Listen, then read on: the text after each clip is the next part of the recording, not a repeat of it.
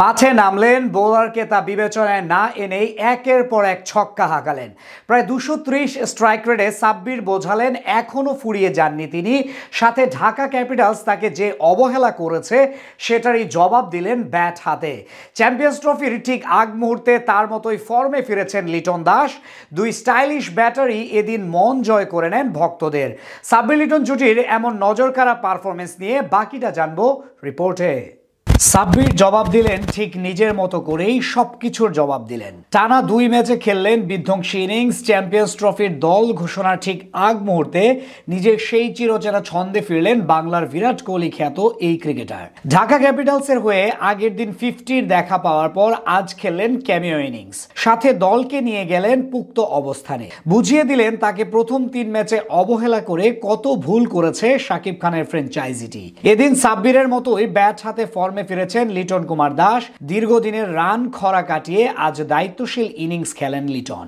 আসরে এখন পর্যন্ত 5 ম্যাচে একটিতেও জয় পায়নি ঢাকা ক্যাপিটালস। তাই টুর্নামেন্টের সবচেয়ে তলানির দল সিলেট স্ট্রাইকার্সের বিপক্ষে আকাশ পরিমাণ চাপ নিয়ে আজ আগে ব্যাট করতে নামে ফ্র্যাঞ্চাইজিটি।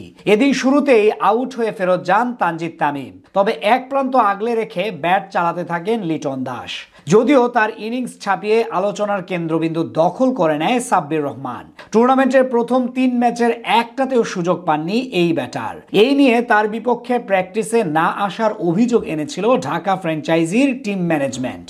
কিন্তু এর বিপক্ষে সাব্বির বলেন পারিবারিক কারণে অল্প সময়ের জন্য ছুটি নিয়েছিলেন তিনি, কিন্তু তাকে টানা কয়েকটি ম্যাচে বসিয়ে রাখে ঢাকা ক্যাপিটালস।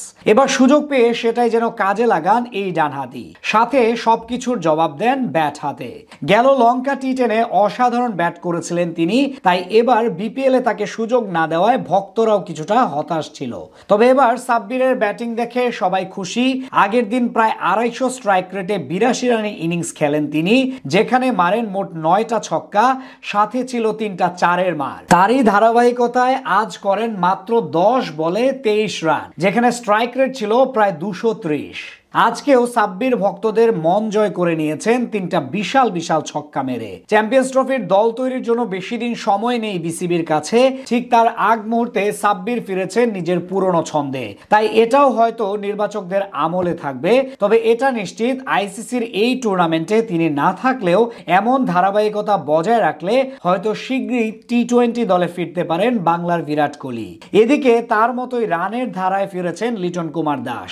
আজ সিলেট স্ট্রাইকার্সের বিপক্ষে ওপেন করতে নেমে খেলেন 43 বলে 73 রানের দুর্দান্ত ইনিংস, যেখানে তার ব্যাট থেকে একটি ছক্কার সাথে আসে মোট 10টা বাউন্ডারি। জাতীয় দলের এই ওপেনারের এমন ফর্মে ফেরাও এখন খুশির সংবাদ দেশের ক্রিকেট ভক্তদের জন্য।